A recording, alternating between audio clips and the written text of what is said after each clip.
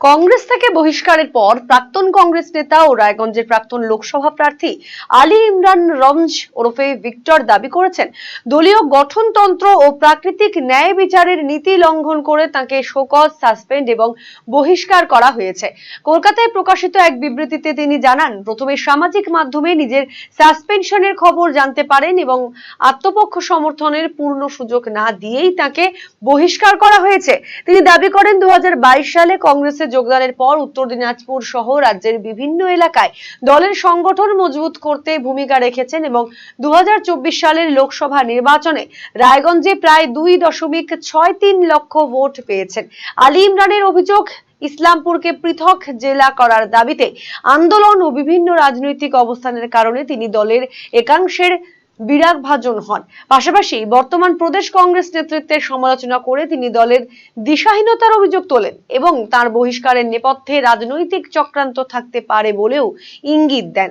তবে তিনি স্পষ্ট জানিয়েছেন, বহিষ্কারের পরও বিজেপি বিরোধী রাজনৈতিক লড়াই চালিয়ে যাবেন।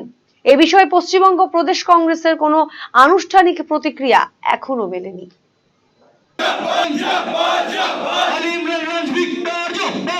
কানাই কুমার কি তোমার কংগ্রেসে জয়েন করার ক্ষেত্রে কি ইন্সপায়ার হিসেবে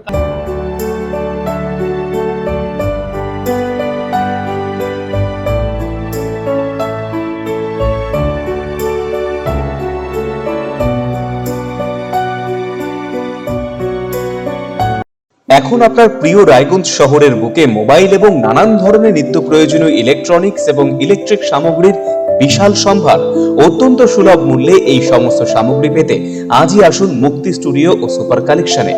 Surya, Khaitan, Kent, Nokia, Oppo, itel, Realme, T Series সহ নানান বিখ্যাত কোম্পানির সুপার কালেকশন আপনার মন জয় করবে। তাই মনের মতো fan, electric iron, geyser, water purifier, sound system, TV, washing machine সহ বিভিন্ন কালেকশন পেতে আজই চলে আসুন রায়গঞ্জ স্টেশনের সম্মুখ ও উকিলপাড়া কমল টকিজ সংলগ্ন সুপার স্টকিস্ট মুক্তি স্টুডিও ও সুপার কালেকশনে।